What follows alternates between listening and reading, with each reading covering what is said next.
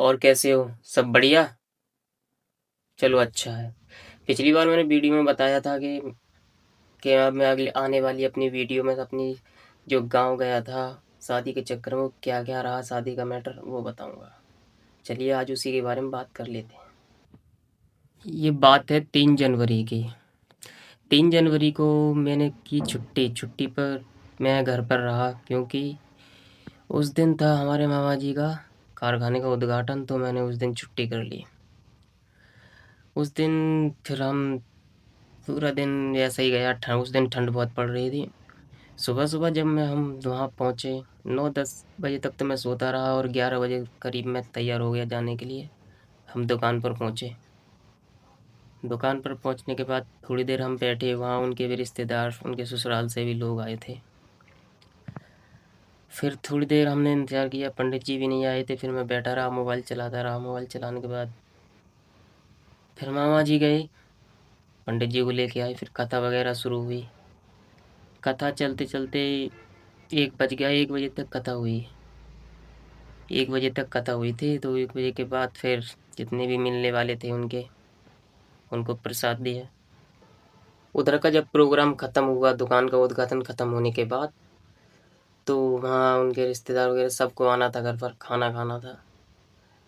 खाना खाना था तो हमने कर ली एक टर्री बुक। टर्री में इतने लोग आ नहीं सकते थे, तो 2 बार मैं टर्री वाला लेके आया घर पर। उसके बाद हमने खाना खाया। खाने में बनाया था मटर पनीर और आलू गोभी की सब्जी, पूड़ियाँ और बथुआ की पूड़ियाँ। बथुआ जो खेतों में जो मिलता उसकी आटे में मिलाकर पूड़ियाँ बना दी, और बथुए का रायता। उस दिन खाने में मज़ा ही आ गया। लेकिन मुझे चिकनाई से बहुत एलर्जी है, पर बहुत कम खाता हूँ, मेरा पेट खराब हो जाता है, मेरे लीवर में दिक्कत है। उस दिन खाने के बाद तुरंत पेट में गुड़गुड़ होने लगी। फिर आधा घंटा बाद मैं गया, फ्रेश होके आया, तब जाके मैं थोड़ा थोड़ा रिलैक्स मिला। दूसरे दिन अब आती है मेन बात। पॉइंट पर आता हूँ सीधा। मेन बात यह है कि दूसरे दिन सुबह, एक दिन फ़ोन तो मुझे एक दिन पहले ही आ गया था, 3 तारीख को, कि मम्मी पापा का तुझे घर आना है, लड़की वाले आ रहे हैं तुझे देखने। तो फिर दूसरे दिन जब 4 तारीख को सुबह को मैं उठा, अपने टाइम पर ही उठ गया। मन तो नहीं था, मैंने कह दिया, फ़ोन आया सुबह आ रहा तू, मैंने कि मैं नहीं आ रहा, मुझे नहीं करनी शादी वादी, मना कर दिया क्लियर। फिर उसके बाद मैं सीधा गया काम पर। काम पर जाने के बाद फिर एक बार फ़ोन आ रहा आया। फिर भी मैंने कह दिया, मैंने की फ़ोटो तो दिखाओ पहले, कैसी है कैसी ना है, पहले फ़ोटो मंगाओ तब आऊँगा मैं। फ़ोटो नहीं आया। फिर उसके बाद घर से दोबारा कॉल आया कि आ जा, वो आए, ऐसे हमारी बेइज्जती हो जाएगी, हमारी बातें हो गई हैं।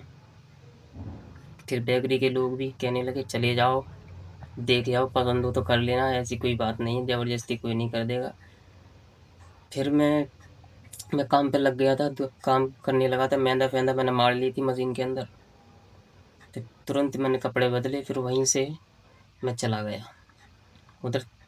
ऑटो के लिए जाना था, तो जाते हुए मुझे चौराहे पे ही ऑटो मिल गया। तुरंत बैठा, भाई साहब, तो ऑटो में मेरी हालत ख़राब हो गई। ठंड इतनी, जैकेट ली थी मैंने, जैकेट में ठंड नहीं जा लग रही थी, लेकिन पैरों की कुल्फ़ी जम गई जाते जाते। 1 बजे करीब पहुंच गया मैं अपने घर, और इतनी ठंड पड़ रही थी कि जाते के साथ ही मैं तुरंत घुस गया बिस्तर में। फिर शाम को उठा, किसी से भी नहीं मिला। मैं पीछे तो गया नहीं, चाची चाचा के पास, अम्मा के पास तो मैं गया ही नहीं। ठंडी इतनी पड़ रही थी, बिस्तर में ही पड़ा रहा। दूसरे दिन लड़की वाले आने वाले थे, सोमवार को नहीं आए। अब एक दिन बेकार हो गया मेरा मेरा बड़ी बुद्धि खराब। मैंने कि यार इन्होंने तो एक दिन बेकार करवा दिया, आज आने वाले थे और आए नहीं। उसके बाद मंगल को आए, मैं इंतज़ार करता रहा, आएंगे आएंगे कब आएंगे। 12 बजे तक फिर मैंने सोच लिया अब नहीं आएंगे, किसी ने बाँची मार दी थी। खैर 3 बजे करीब आए। उसके बाद उन्होंने मुझे बैठाया, तो सवाल जो होते हैं नॉर्मली सब वही सारे सवाल पूछे, कहाँ तक पढ़े हो, कितनी उम्र है, वगैरह वगैरह।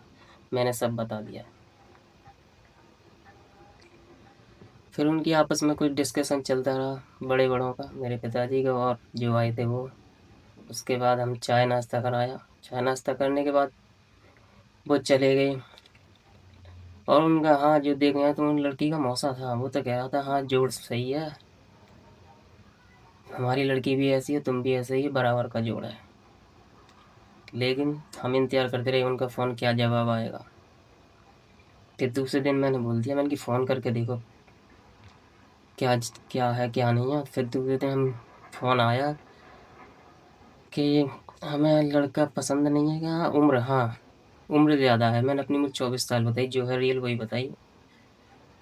तो उधर से मना आ गई। कोई दिक्कत इस बात की नहीं कि उधर से मना आया, दिक्कत इस बात की कि मेरे के एक ही शादी के चक्कर में पूरा 1 हफ्ता चला गया, 4-5 हज़ार रुपये का काम मारा गया। मुझे बहुत गुस्सा आया, मैंने कि जवाब देना था तो पहले ही दे देते।